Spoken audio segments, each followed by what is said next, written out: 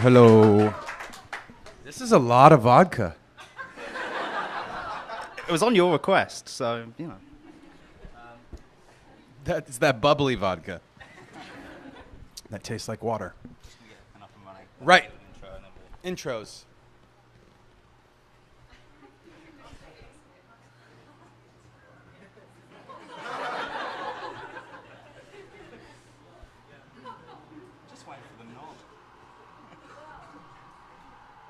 Who's responsible for the nod? This man here, Mike. Yeah? Hello, good evening, everyone. Welcome to this Kerrang in Conversation with Mr. Mike Shinoda. I'm Sam Court, editor of Kerrang magazine. I'd like to welcome everyone here to Kerrang HQ and everyone that's checking in across Facebook Live across the world. So tonight's edition of Kerrang in Conversation sees us live from North London and joined by one of 21st century rock's most iconic men. His music, I said that just to embarrass you, that one. So his music and lyrics connect with people around the world in ways that many other artists don't. And along the way with Linkin Park, Fort Minor, and with his brand new debut solo record, Post Traumatic, he has sold in excess of 130 million records. Give it up for Mike Shinoda.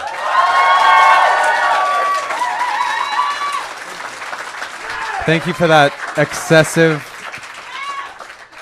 and that was such an excessive and unnecessary introduction. Thank you. It got the cheer though, didn't it? Yeah, it did. So, You're good at that. We got everyone Yeah, pumped. that was good. Mike, welcome to Kerrang. Welcome to Kerrang in Conversation. Congratulations on the release. It's Thank you. 2 weeks now, Yeah, right? The yeah. record's been out. Has it been yet? I think it's 2 weeks Jeez, tomorrow. God. 2 weeks tomorrow, I think. Yeah. We'll No, go you're with right, that. you're right, Let's you're say right, 2 you're right. weeks tomorrow. How does it feel to have the record out and to be sharing it with people? It is really. I was so glad to get it. The original, like what I originally wanted to do was to put out everything I had on January 1st. Like that's how anxious I was to just like communicate with the fans, like put my story out there. And then management and the label were the ones that talked me into kind of waiting a little bit because they knew that I was, you know, the longer I work on something, like it tends to get better, and I can tend to come up with some songs that I wouldn't have come up with otherwise. So they suggested I, just work on it a little more. And part of it was because I think if I had released it at that point, like a lot of the more positive, the more hopeful stuff that happens towards the end of the record wouldn't have been on it. So I'm really glad that we did that. In January, then, what state was the record as we know it now? Like, how many of those tracks were finished in January? What was a great question. I think most of the first, like 2/3 of it were done. And I think some of the songs wouldn't have been as good. Like, they wouldn't have been as finished as they are now. And I literally was like, I just wanted to... The reason for it wasn't that I felt the music was done. It was just that I felt like I wanted to start the year with a clean slate. That was what I was really operating on. And they were like, everybody knew that. So they were just like, no, you're not... The music's not done. You just want to be out there. Yeah. So, I waited and I worked on it some more. And I think, I don't even think, like, if I had done that, I don't think Make It Up As I Go would have been on there yet. It was not really... Yeah, that one wasn't done. IOU, probably the last... Yeah, some. I think the last, like, three songs on the record. Kerrang's spoken to you a few times throughout this year. We spoke around the release of the Post Traumatic EP. That's right, yeah. And then we spoke to you again just before the record came out. And thank you, by the way, thank you for that, because that initial interview was like one of the... I think it might have been the first one I did. I think it was, yeah. Since Chester passed, and it was really respectful, which is like it made me more open to the idea of doing interviews in general at this, like, during this time. So you helped me out. Yeah, no, that's thank you. That's real. Yeah. How does it feel now? Now the record is out.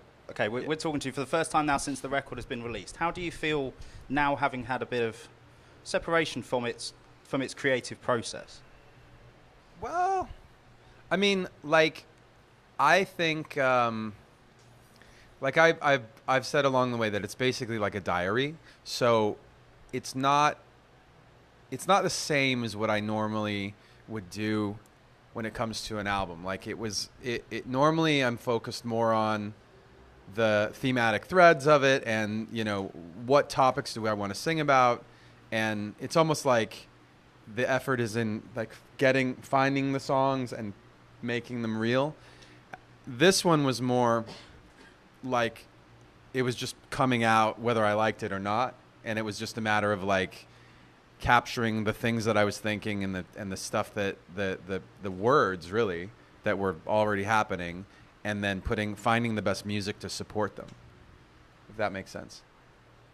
Tonight's interview is kind of, we've got a mix of some questions that some of the guys in the room here today sent in as well. So in terms of the writing of Post-Traumatic, David from Hertfordshire, who I believe is here tonight. David? Hey, David. He'd like to know which of the songs that you found hardest to put together on that record. And I guess you can interpret hardest in any way that you wish. That's a good question. The topics that were hard, I'd say like making the songs wasn't like particularly hard, but the topics that were hard I often talk about Over Again being just a hard, like I wrote the chorus about the lead up to that tribute show in October, the Hollywood Bowl show.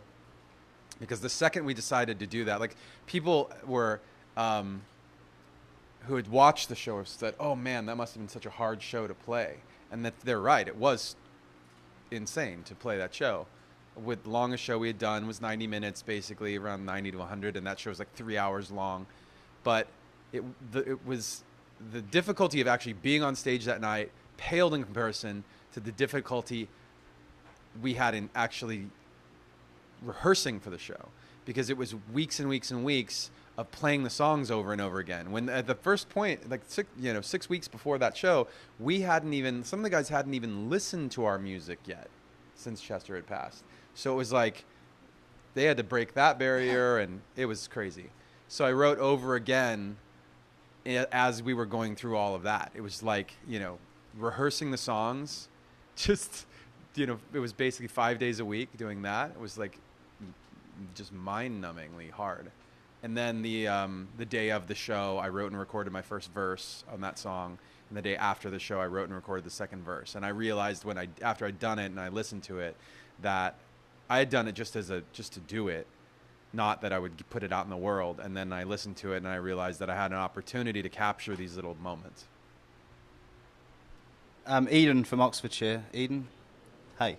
Eden wanted to know about your collaboration with Chino on Lift Off. Obviously, both of you have come from a position of losing a bandmate who was very close to you. How did that play into the collaboration with Chino? He was one of the people that I thought of early on when I thought of maybe having other people on the record. I thought of him early on for that reason, because it seemed to me that if somebody was going to join me on any of the tracks, they probably needed to have personal experience with the subject matter, and I didn't want any tourists. So he was the opposite of that. He was a guy who was really, knew very well. And when Chi had passed away, I was at their tribute show. I played with them on stage, and part of it wasn't just having him on the song. Part of it was getting together. We hadn't gotten together yet and just talked about things, So I got to ask him, what did you do? What was that like? And it was really nice. It was really, his perspective was very broad. He had a lot of healthy space between him and everything, and still spoke really lovingly about Chi and we talked about some things that we had done.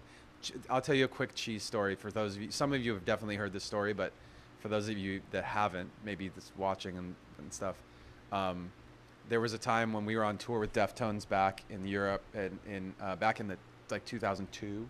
It was like, I think, our first tour in Europe, and it was definitely our first tour in Europe, and we were supporting them, and a lot of the journalists who were coming to talk to the band and shoot photos of the band had never met us or seen us before.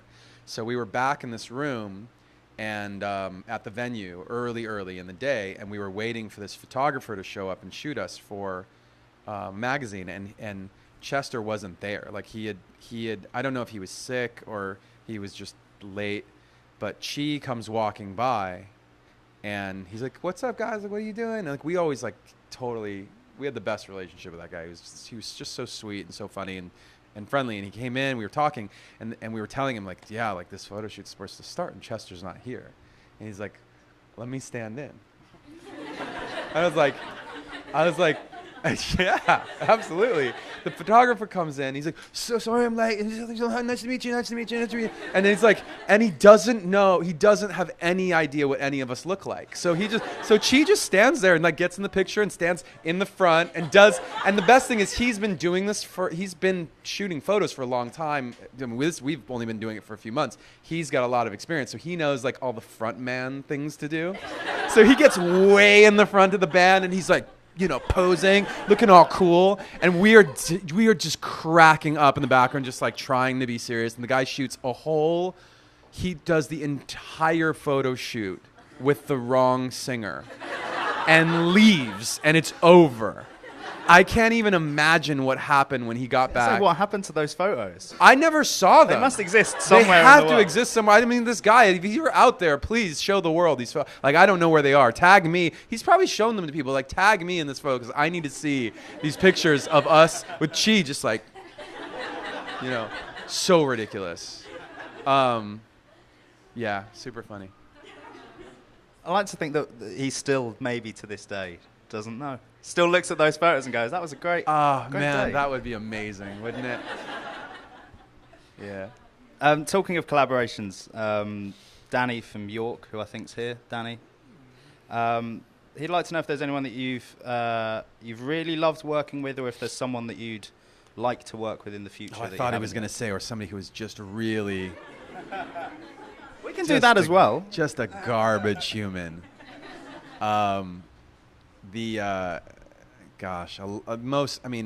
Everybody on this record was really a joy to work with. Kay Flay stands out. She's just so great and so talented and like super smart. She's just really smart and really in control of like, she just knows exactly who she is and is like has that way about her that when something's not her thing, just of making it go away, like just turning it into something that's great. And it's I love that about her. Chino was great. All of it, everybody was great. Grandson's awesome because he's so new, so green, so new. Like he's really passionate and he's really talented, and he is. Do you guys know his music? Have you heard him yet? I mean, you know him on the thing, I think, but on Running from My Shadow. But he just put out an EP the same day as Post Traumatic, it's really good, and I think he's just got a ton of potential, and he's just a really enthusiastic. Like the other day he FaceTimed me. I'm like sitting in my hotel room. I'm like, who's FaceTiming me? Like nobody. My friends don't even FaceTime me. They text me. They'll hit me on like a DM. They're not going to FaceTime me. I'm like, hello? And he's like backstage getting ready to sound check. He's like, what's up, man? I'm like, oh my God. He's the best. Like, I love that energy, It's like contagious. What about future collaborators? Is there anyone that you out there at the moment that I can't. Like, I always tell people, like, I of course I have people in mind that I'd love to collaborate with, but the second I say it, then it's like I just get Twitter spam about like all that. So yes, I love I love music. I have plenty of people in mind that I would love to collaborate with, Sometimes they don't want to collaborate. Sometimes they do, and we try, and it sucks. And then sometimes we do, and we try, and it's great. So, you know. How often, from your experience, do those collaborations work out? For whatever, you know, even for scheduling or just for those reasons of it just doesn't work? That's a good question. I don't know. I couldn't give you a percentage. I think usually if both parties want to make it work, usually it works. But like, look at the Aoki. We did a song with Steve Aoki, and it took years to figure it out. We probably had 7 demos of things before we ended up with 2. So 2 out of 7 in that case. And the other ones, like some of them we never had words on them. Other ones we did some stuff and then borrowed that and put it on the song that we actually liked, you know? So, yeah, it's complicated. It's just, it's fluid, you know, kind of organic. Like if you imagine, you know, like kind of how you make plans with just normal friends to do things, you know, there's got to be a little give and take. Like this is actually like making a song that's like part of your career. So it's kind of higher stakes, you know? You said earlier that the last time we personally spoke was before this record came out, and the other thing that hadn't happened by the time that last time we spoke is that you hadn't been on stage. And I remember talking to you, and you were saying that you were working through the idea of how do I bring these songs onto the stage. Right. You've obviously done that since. Yeah. How was that creative process? Well, this show is really so all the shows I've done so far, and the ones I'm doing, like this one. I'm doing one in Philadelphia, and then I'm doing the Love Loud Festival with Imagine Dragons and Zed, and those are going to be just by myself. After that, I think I'm going to add a couple of musicians, just 2 people, and it's not guys from Linkin Park, and it's not anybody you guys know. So that's what I'm learning. Like as I go, I'm going, okay, I felt like there was a big difference between the show I did last week in New York and the one that preceded it. It's weird. It's really different for me to do these shows versus the shows I'm used to doing with the band. So as I go, I'm very critical of the shows. I can be critical and still enjoy the show. Like I will do the show. I'll look forward to the show. I'll perform the show and go, that was fun. And then I'll watch it back and go, okay, this was a mess. That was a problem. I know I did the second verse twice on this song. Oops. That happens when I forget. If I did that and Make It Up As I Go when I played Amoeba, which was a record store in LA. And the beginning of both of the first and the second verse basically starts almost with the same words. One's wake up and one's woke up. And so I started the song and I went, oh crap, I'm singing the second verse. And then as I'm finishing it and then I'm going into the chorus, I'm thinking in my head, well, how does the first verse go? Is it this? No. And here comes the verse. Okay, second verse. Dude, we'll do that again. For me, like if I get the first couple words right, I'll get the whole rap verse right usually. But if I get the first couple words wrong, trouble. That leap of faith. It's that's trouble. First it's step. A little trouble. Yeah. Do you always watch your shows back to learn something and to think how you can? Not always, no. But at this stage, I've literally played truthfully with the solo thing. I've done in this month 2 shows. Like the rest of them have been TV, which is not a real show, and the show at the record store, which is kind of a show but not really. It's on a stage in the bright room with merchandise everywhere. There's a huge difference between that and going into a club with proper lights and sound that the fans are in it's all, to all of us, it just feels like a familiar, we're at a concert now. We act differently. And by the way, that show was it was the closest thing so far to what I want to do. And I'm just going to hopefully just be able to improve on that. But my show, for anybody who, I think most people haven't seen what it's going to be. And I'm playing mostly new stuff, but I am playing Fort Minor and a few Linkin Park things. And there's something, I want it to be fun, The hardest thing is like a lot of people come into these things, like come into the album, come into the show thinking like it's going to be sad. No way. I couldn't do that. Like, and I really think I can go around for any extended period of time playing sad shows. I'd be miserable. Wouldn't do it. So I want a fun show, a celebratory show, and different topics that aren't just about this year, and then moments where we can like face those things and have a nice, like, meaningful moment, and then move on. How has it been to reconnect with your fans on that stage and in that crowd? Oh, awesome. Amazing. They've been like so supportive. Like there are times when for all the guys, I think, they'll pass around messages that they see online, or, like you might tweet some or see a tweet and text it to somebody and say, "Oh, did you see this one? This is really nice." I know our team, like management, has done that, and the label has done that. They just, it's just really nice, and it's picks. I hope it picks the guys up. It did. I know it was really special and helpful for everybody in the first few months. That was the most helpful time. In terms of actually connecting with people on that, 10, 12 feet away from you, is that a whole different thing to having connections with people online for you? Yeah. Well, yeah, just the live energy, the real, tangible, like, energy there. That's just, there's nothing like that.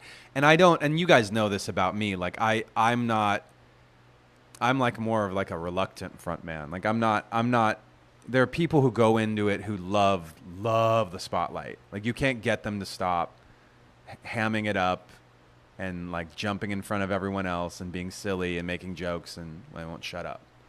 And there's nothing wrong with that. That's just not me. I've never been that way. And in fact, the first time I did, so after Hybrid Theory and Meteora and then Collision Course, I did the Fort Minor record. And part of that was, I didn't go into it intending to get better as being in front, but that's what ended up happening. I started to realize, this is like an opportunity to get better at that, to practice it on stage every night, to practice it when a camera's on, and just be comfortable in front of people. Because very few people like get up on a microphone in front of people and are like really comfortable with that. But you work at it, and eventually, I felt like it felt fine. But it's not. I say fine, right? It's not like, yeah, man, like check me out. That's not usually my gig. Harry from Sheffield, who I think is here. Hey. Hey. Harry wanted to know about your music, and I think especially this album. A lot of people have found a lot of comfort in it through their own struggles and through relating to the music that you make. Do you ever feel a pressure to sort of deliver on that for people? I don't think it would be the most healthy thing for me to be responsible for that for anybody. I feel like my perspective on it is to just do my best to be a good role model, and or if I learn something I think is worth sharing, to share it. I don't know, just be thoughtful. You know what I mean? Like there's the thing, like, here's an example. Like, here's something I figured out recently.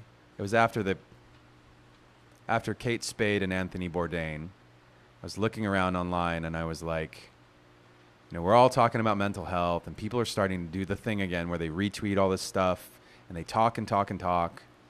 And some of their word choice is really bad, and some of they're describing things and all this, like, and there's another thing which my wife calls grief poachers, where people jump in there and start talking about it as if they were part of the story, as if this was their best friend or somebody that they were connected in some way. It's like, no, you were actually just a fan of their thing.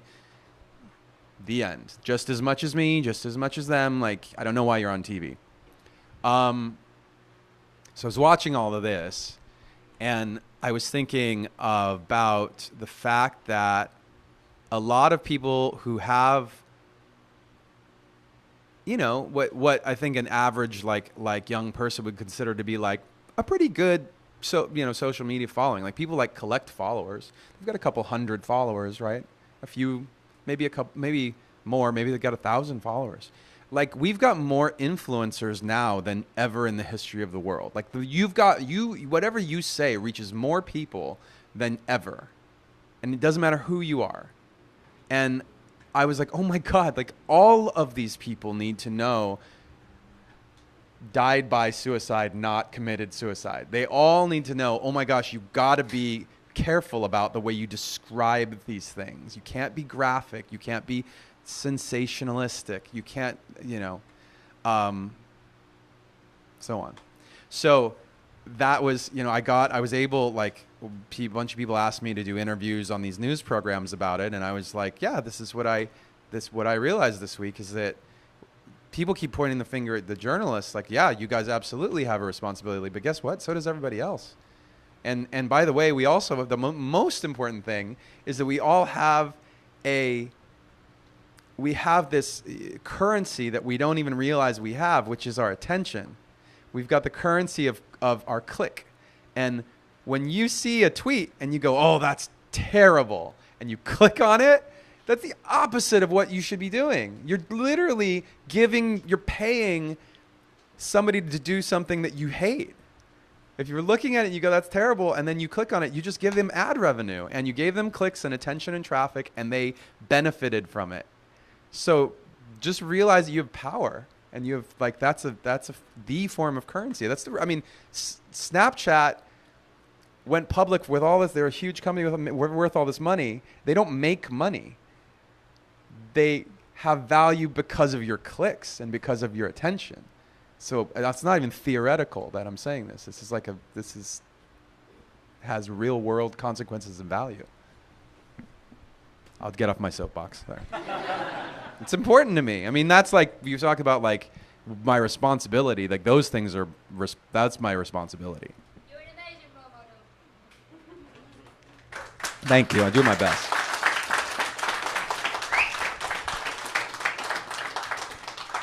Michael from Stanmore.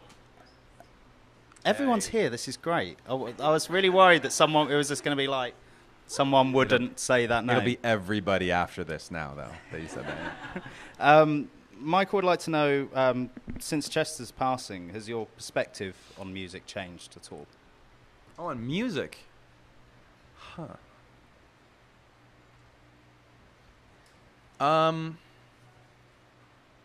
Not really. But I will say that one thing that I thought was kind of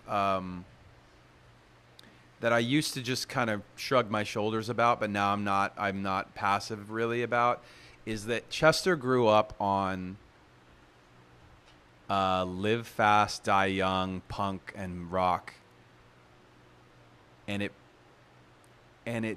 like, I used to feel like that's just like, oh, that's like a thing, like it's kind of cool.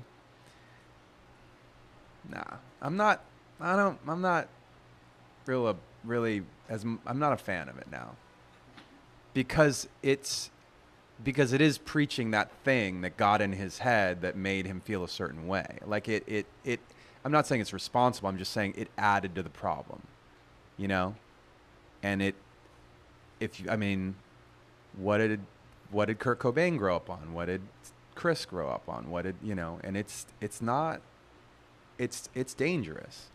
And I see that what's really interesting is in the young, like, SoundCloud rap culture, there was a lot of that going on, and then Lil Peep died, and then there's a bunch of people said, oh, wait a minute, we need to take it easy on the drugs. We need to take it easy on the lean and the, codeine, whatever. And I think they're kind of like grappling with it and wrapping their heads around it. So I feel like there's parallels that are happening that are not,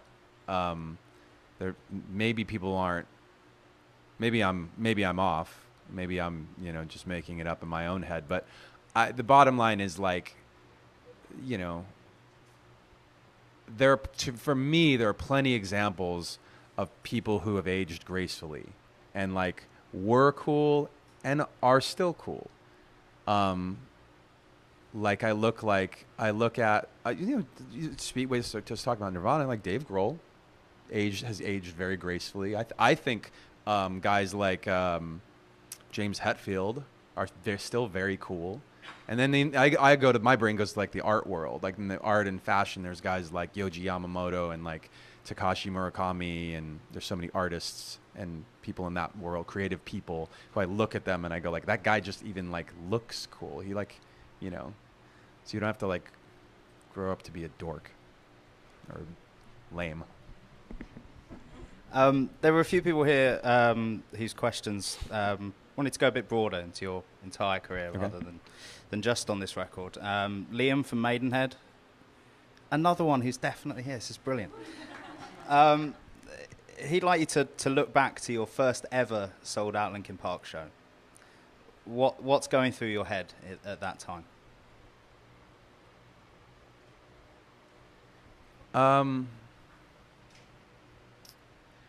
It was one thing that was going on. That's a great question.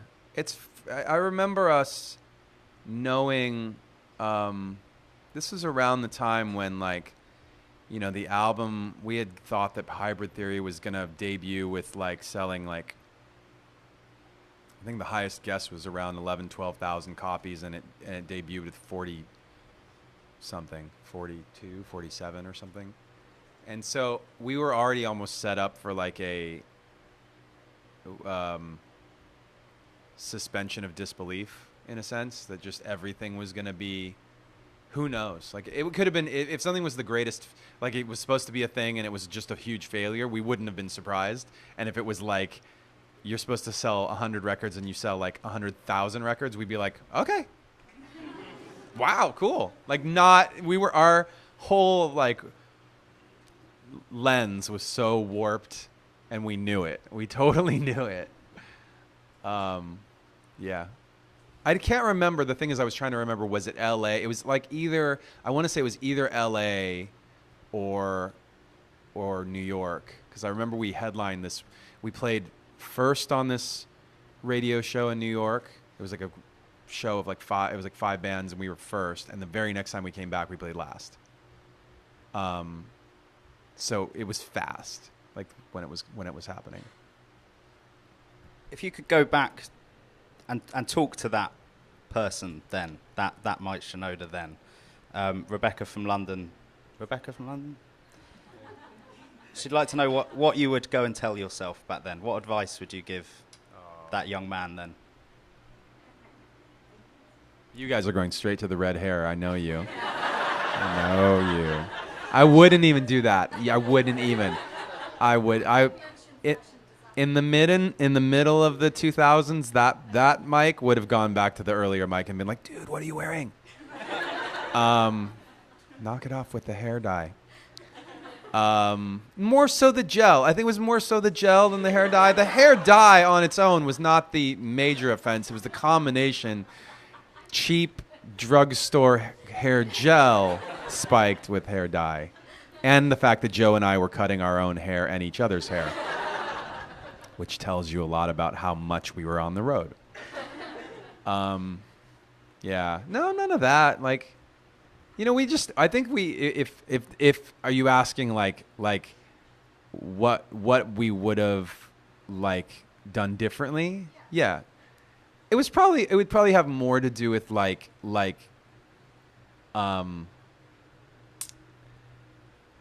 taking our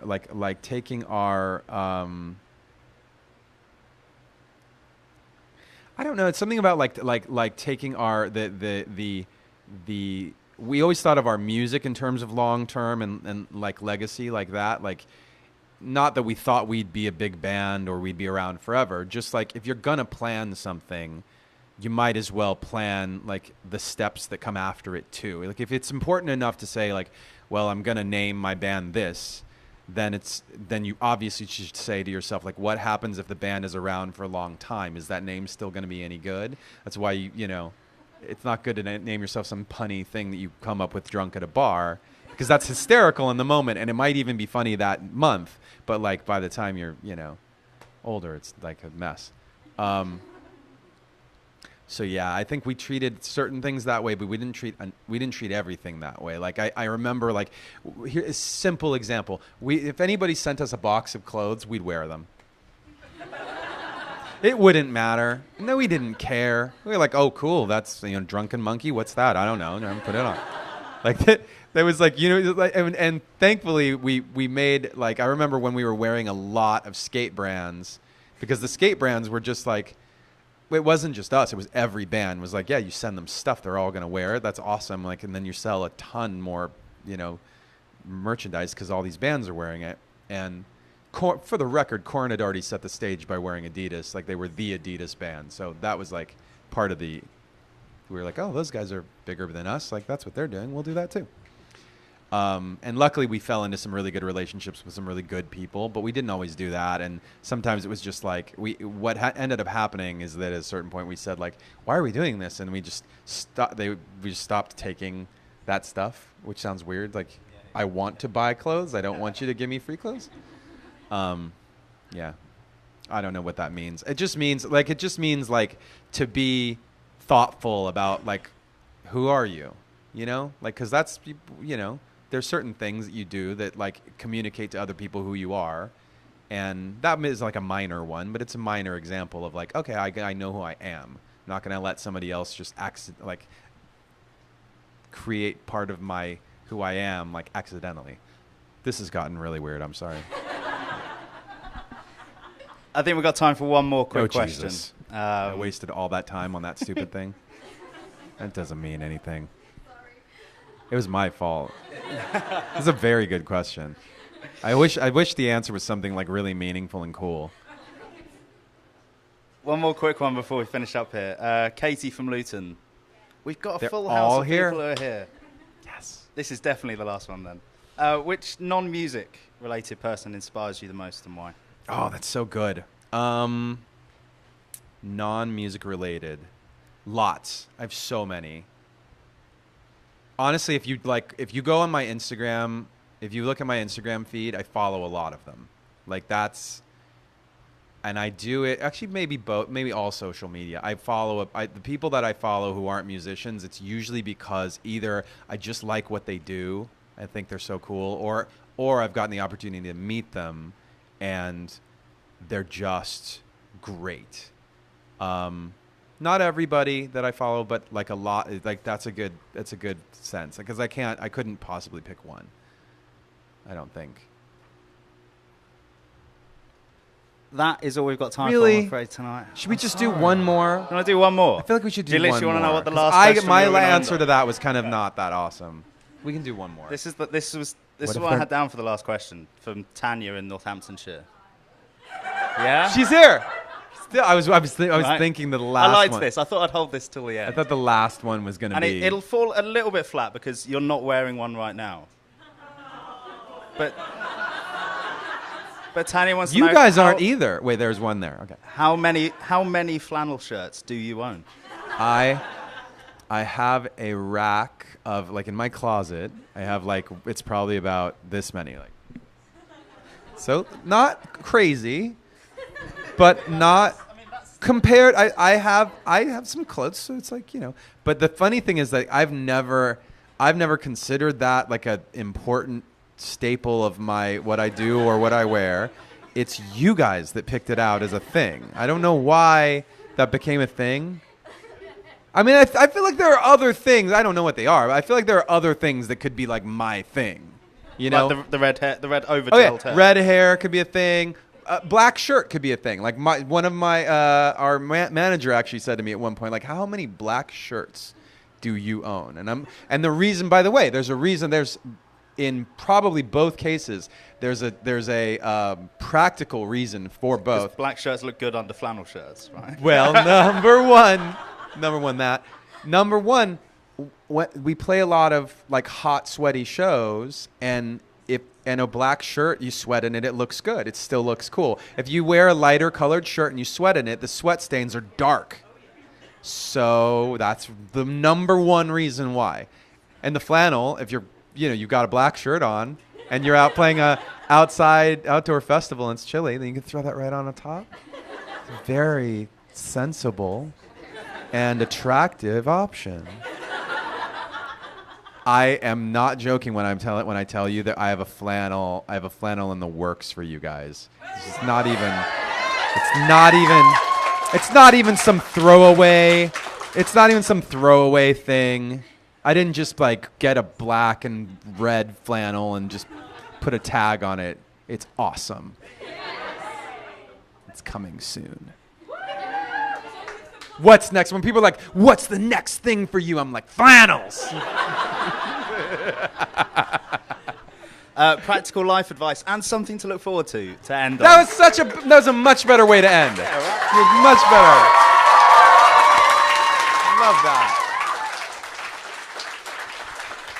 Thank you to everyone that's joined us here tonight. Thank you if you've watched on Facebook. If you've missed any of this and you'd like to see it again, head over to Kerrang YouTube. You can watch it all again in full. One more time, ladies and gentlemen, Mr. Mike Shinoda.